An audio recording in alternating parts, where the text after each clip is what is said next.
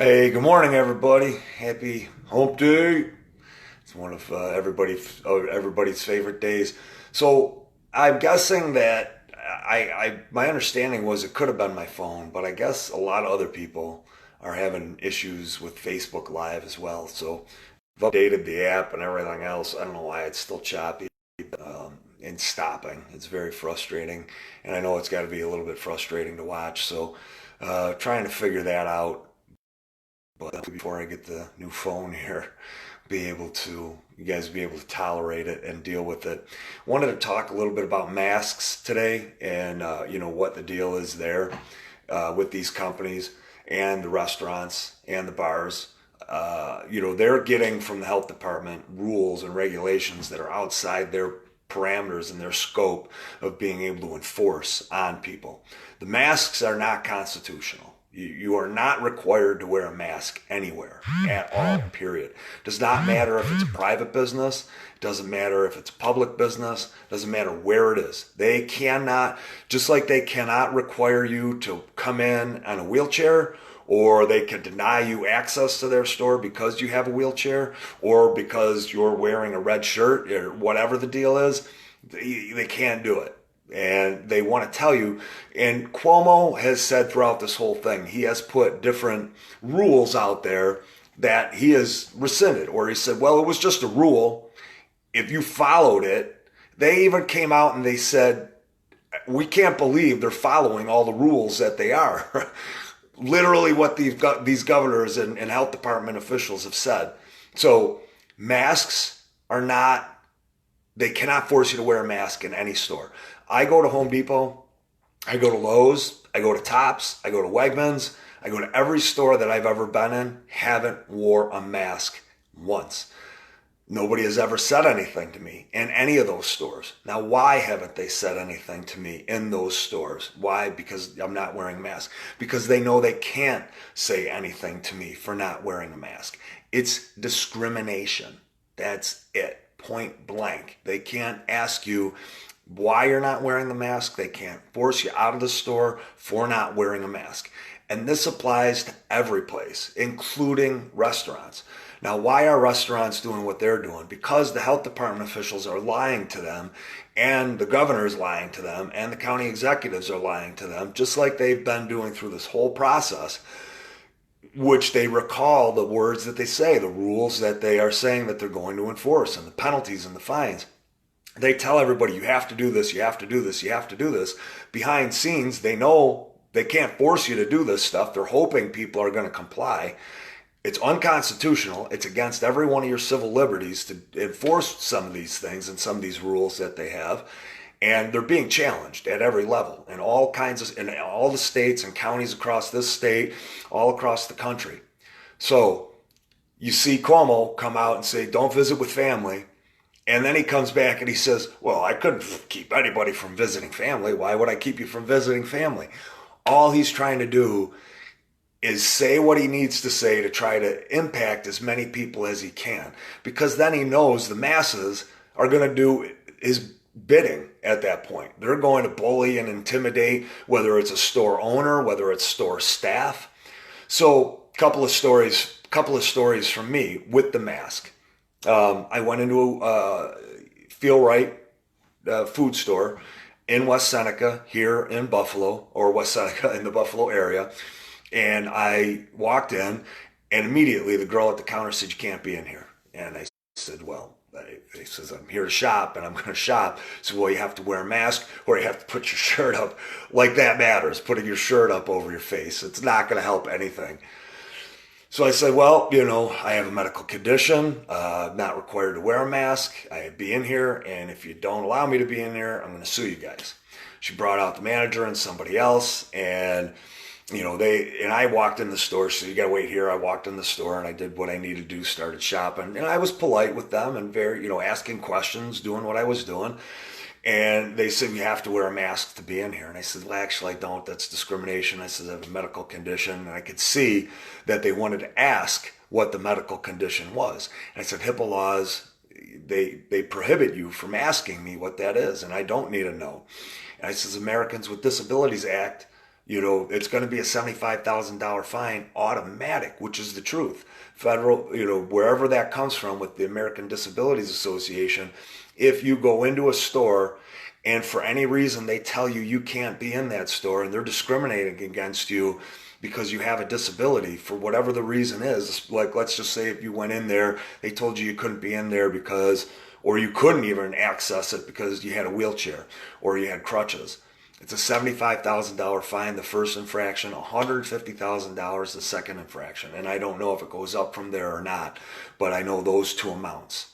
So I told them that, the three women that were gathered and standing there, and they were pissed, very pissed that I had, come back at them with information and knowledge and facts about the masks. And they said, well, okay, well, you can shop. Because I also followed it up with, and I'm going to sue you, and I'm going to win. So it's going to be a whole lot of money out of your pockets, and you're going to be at fault. So, but you have a liberal place like that, a liberal stronghold that think that they could dictate to you on what you're going to do with the mask inside their facilities or inside their stores, and they can't. The other instance where I was confronted was a wine cellar over on George Urban Boulevard here in Cheektowaga. I had been in there a couple of other times, no mask, but what I needed. Wasn't for me, but I was, we have friends, and so, but I bought, a couple of times I went in and no problems, no issues. Walked in, checked me out, no problem. Then again, certain types of personalities, you get in these places, they want to wield their power, right? It's in the 80s or the 90s that they were the man, right? They got all hopped up on juice before they came out, and they were collecting IDs, and it's the same mentality that these people love. They don't have any power in the rest of their lives, so they're going to want to try to show of force that they can exercise over you because they don't have control of anything else in their lives, so they want to have control over us. So I'm standing in line, and she's waiting on a customer, and she goes, you have to put a mask on. And I go, okay, thank you. And that was it. That's all I said. I didn't get, combative or confrontational. It was very pleasant. So I walk up, a huge sheet of plexiglass, like tiny little slit underneath the plexiglass. She's not at risk in any way or shape or form of any droplets. She goes, I'm not going to help you. And I go, okay, that's fine. I says, it's 75. That same thing I said over at Feel Right. I go, just so you know, I have a medical condition, and it prohibits me from wearing a mask. I says, Americans with Disability Association, it's going to be a $75,000 fine automatic, $150,000 fine for the second infraction, and I'm going to sue you guys. So it's going to be a lot of money for me and not so much for you. You're going to be tied up with all that. She calls her manager over. And the manager comes over, young kid. She goes, I'm not helping him. He goes, why? So he can see I'm not wearing a mask. Clearly he doesn't care.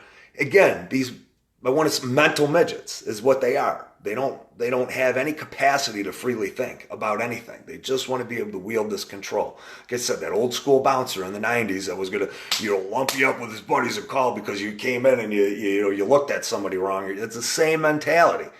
And I wasn't one of those guys. I was never a bouncer. Even though I was asked to be, I was never a bouncer. I couldn't do that. But anyways, he comes over and goes, why aren't you going to serve him? He doesn't have a mask on. So he turns to me and goes, and he says something about suing us. So I go to him and I informed him of the same exact things that I informed her. First infraction, $75,000, second infraction, $150,000, and I'm going to sue you. He goes, well. He goes, and he turns to the girl and he goes, just serve him. And so she served me. Her mouth. And I'm like, I'm going to do that, buddy. But I appreciate it, And I appreciated the fact that he was at least balanced, right? So I go to the girl. I say, look, it must be really nice to be a bigot, to be able to freely exercise your right as to be a bigot.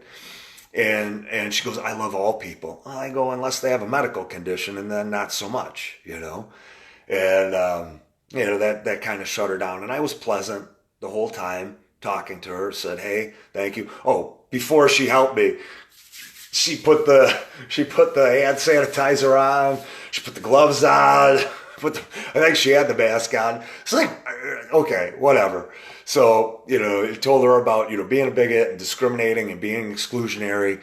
And it didn't even help her. This chick, it didn't even help her because a friend of mine, girlfriend of my buddy, Andy, she went in there a couple of days after me, no mask, because she won't wear one either. And this is the cool part. At the beginning of this whole fraud, she believed it. She's a pharmacist. And now she's seen it. She's listened to everybody, all of the experts, and she knows it's all bullshit. She's seen the lie after lie after lie. So now she doesn't wear a mask, and it's awesome. And she went out to the same thing, and the same woman did the same thing. She didn't care.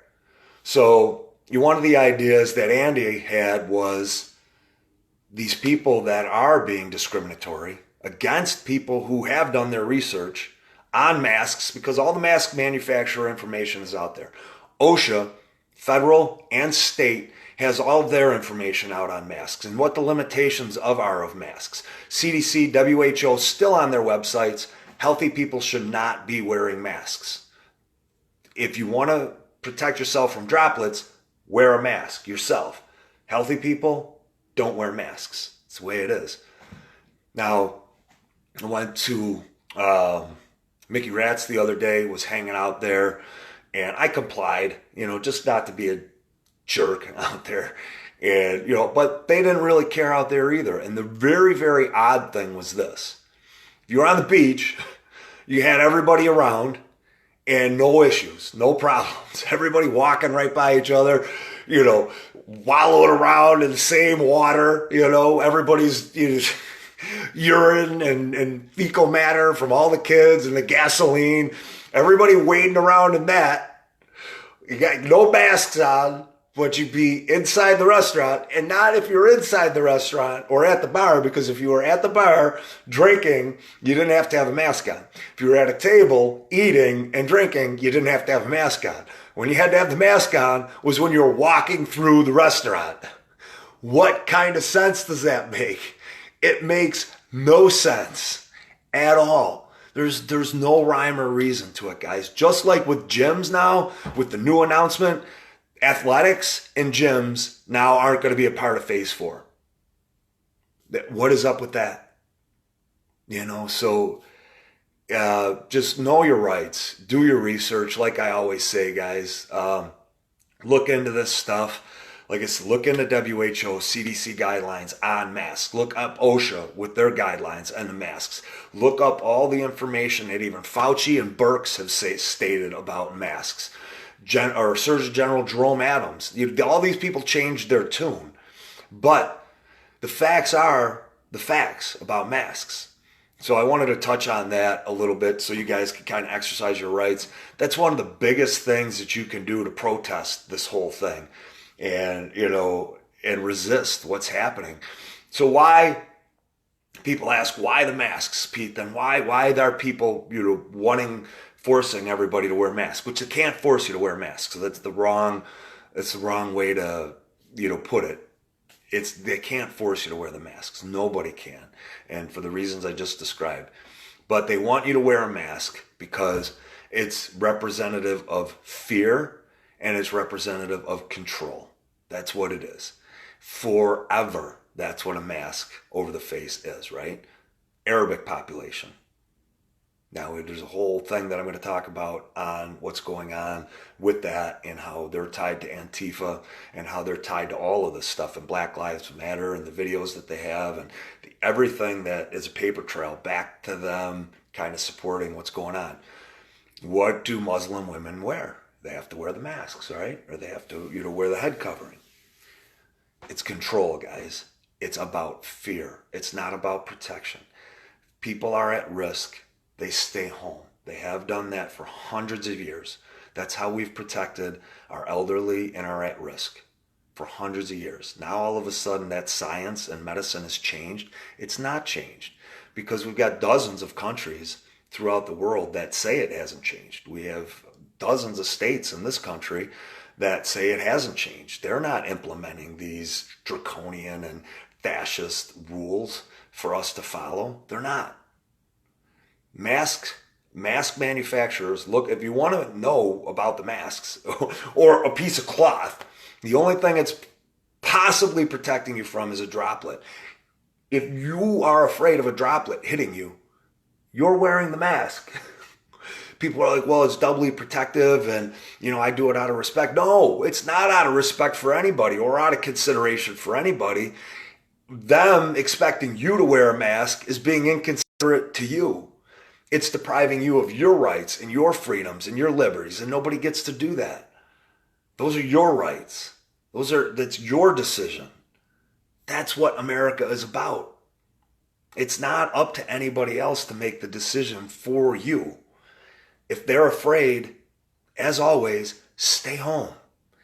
If they're afraid, wear the proper mask that will protect you from getting a droplet on you. And the other thing that I tell people is, how many times are you out and you have somebody cough on you or sneeze on you? It doesn't happen. I've been alive for however long, I'm not going to say now, 46 years I've been alive now, almost 47, but I can count one time that I was out that somebody sneezed on me and I was in school. Somebody was behind me and they sneezed on me. One time in all those years. It just doesn't happen, guys. It's about control. It's about fear. That's what it's about. And the other thing is, it's about silencing. Mask is it's representation of silencing. In the Arabic culture, in Islamic culture, wearing the mask keeps the women silent. That's what this is about. And now you're starting to see all the different types of masks, right? This is police state that starts to come in with this. So resist that with the information that I've provided here and go out and do your own research on the mask manufacturers, do your own research on what WHO lists right now, CDC lists right now, what other countries and other states list right now. It says healthy people should not wear masks. You're depriving yourself of oxygen. That's what you're doing at this point. 19.25, if it drops below, you can start to suffer irreversible brain damage. That is listed in OSHA guidelines. It's listed there. Go look it up. So that's it on masks, guys. The big thing, and I've been on here pretty long, so I had a couple other things that I wanted to talk about. But what I really want to talk about is kind of something that I touched on yesterday, which is helping yourself. Now, I'm there for people as much as I can be every day. I just talked to Sharif Hamdi today, and he is looking to start to expose local media. He had this idea. He reached out to me. He said, Pete, what do you think about this idea? I said, buddy, I think it's amazing. The best thing that you can do is support those people that are doing everything that they can do to help people. Support them. Give them encouragement. Tell them what the things that you guys do for me, reaching out to me and telling me how much you love and appreciate the lives and how much you love and appreciate everything that I'm doing. Guys, it's immeasurable how much that means to me because I know I'm helping you, which is giving you that little bit of, positivity in your day that's helping you get through it. And I think that just offering the kind word. Yeah, me too, Mel. But offering that kind word is huge, or that word, that little, those words of encouragement are huge. If you have an idea, run with it. So Sharif, what happened with Sharif is he had an idea. He wanted to expose all media for their lies, the constant lies. And I've got a list of researchers right now that I took off of my page that's about 60 people deep. And we work together all the time, and then they provide information on my page and then their network. And then we have doctors and lawyers and everybody else that's out there, politicians, that are working to do this research. And I said, Sharif, this is an amazing idea. I think you need to do it. So, obviously there was a lot going on. This happened a few weeks ago, and I reached back out to Sharif, and he had kind of forgotten about doing it, which is what happens, right? He's got a job. We've got our lives. We move forward. I said, Sharif, do this. This is very, very important. Sharif was a little bit worried. He's like, well, I need a microphone because he wants to do a podcast. I got to get a microphone. I got to spend some money. I'm like, no, you don't, bud. I said, just start monitoring this stuff. And I says, I have all of these people who would love to help you. So when you're ready and you get up and rolling, you let me know what you need. I'll help you in any way that I can. And this is kind of what I'm doing, with my time and trying to help not just Sharif, but everybody, with all different kinds of things. And what he wants to do is he wants to go through, look at what the reports have been, and he wants to expose everything about it in detail, about how they use inflection and intonation, and they put emphasis on certain words, and how, when they're saying it, how they're saying it, and what they're trying to push, which agenda they're trying to push, and whether it's factual or not.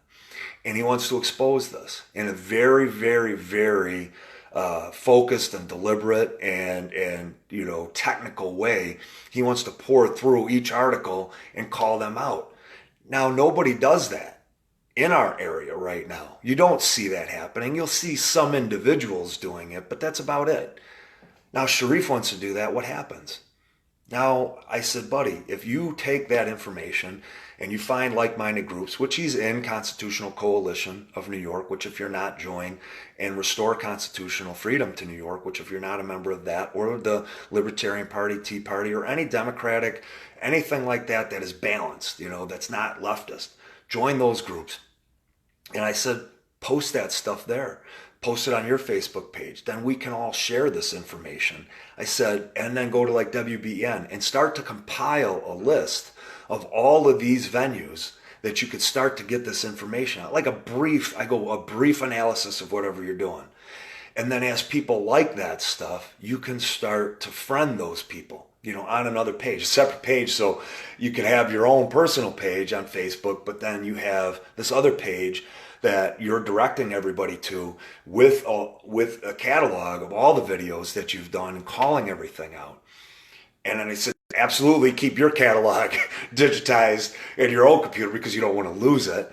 And I said, it doesn't cost you anything. You use your phone, you're typing everything up. And he was like, oh, yeah. So where he was thinking he had to hold off for 4 weeks or a couple months, he's now thinking, shit, I can do this today. And that was just a brief conversation. And what can happen with that? What happens is now possibly Channel 247 here locally and Spectrum News, who don't have anybody calling them out or being a watchdog or monitoring them, now they have somebody monitoring them. Not only do they have one person monitoring them, but they have his entire network of people that he is posting this stuff up on, the different groups, the different radio stations, the television stations on their pages. And yes, they do, Diane. And he can start posting that stuff. And they can start getting people now, rather than being one person on an island, because today he was frustrated. He was very frustrated with the Bubba Wallace thing. He was very frustrated with the gyms not being able to open. And we had to pull him back in. And I had to pull him back in and get focused. And it's because we get so upset about everything that we're not able to do the things. Sharif, I know, is going to accomplish great things. He's going to do this. I'm going to support him every step of the way. And I know people on my page are going to support him as well. But he's going to change the dynamic, or potentially, I'm not going to say definitely, but if he does what he wants to do, he is going to potentially change the dynamic of what is happening here in this area with news media by holding them responsible and accountable. And rather than doing a page 12 retraction, he's going to force them to be responsible with every report that they have. Now there's going to be less likelihood that it's going to be skewed, because now people behind him that are ready to stand up with him and for him. So rather than Sharif being at home today, going through his day, being upset, being angry, being frustrated, Sharif now has direction. He has an objective. He has something to accomplish. He has a goal. That's what we need. And I told him, I said, look put this stuff down in a schedule. A lot of certain up an hour earlier, do that. If you got to stay up a half hour, an hour later, I don't know, Sharif. I don't know how old Sharif is. I won't say it. He might be going to bed at 7:30. He might be one of those guys that dinner time is like 3:30, right? And I think a lot of us are getting to that point right now. So it happens so fast, right? But anyways, but he's going to do some great things, and then I partner him with me in doing what I can do for him to keep him motivated and focused. And then like-minded people can start to help him and follow the research and then follow more stories and be able to call these people out, these news media outlets, on more stuff, which is an amazing thing. And this was just an idea that Sharif had. So don't ever think you're alone, guys. Be there. Like I said, be there for a friend. Support those people that you don't even think you might think they don't need support. But I'm going to tell you what, like if you follow somebody like Steven Crowder, or if you follow somebody like a Michael Knowles or the Hodge twins or Aunt Candace Owens, if you're following anybody like that, take the time to just send them an encouraging word. I think we forget a lot of the times that people are people. And, they get to be these personalities and we see them as these personalities. But getting that encouraging word means everything. And again, going back to being there for friends and family, it extends to that too.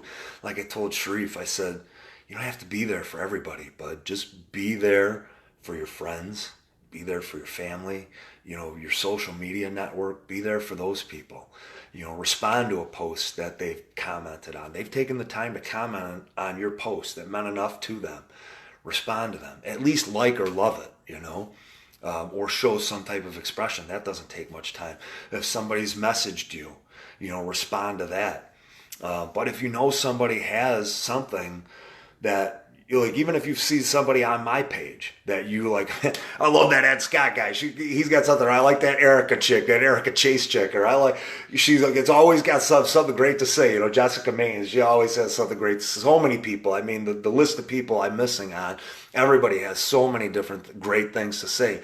But if you see on my page that you like somebody and you agree with the thoughts and the comments that they have, friend them.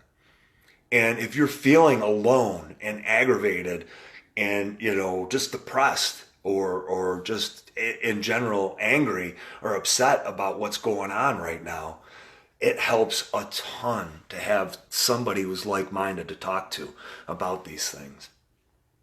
So those are my recommendations, guys. I'm looking forward to working with we have so many things going on right now. Behind the scenes, not just us, but so many other groups that are working really, really hard. It's not over. It really isn't. And people asking me my opinion. Pete, what do you think? Is it is it over? Or no, it's not, guys. It's really not. Mandatory vaccinations are coming.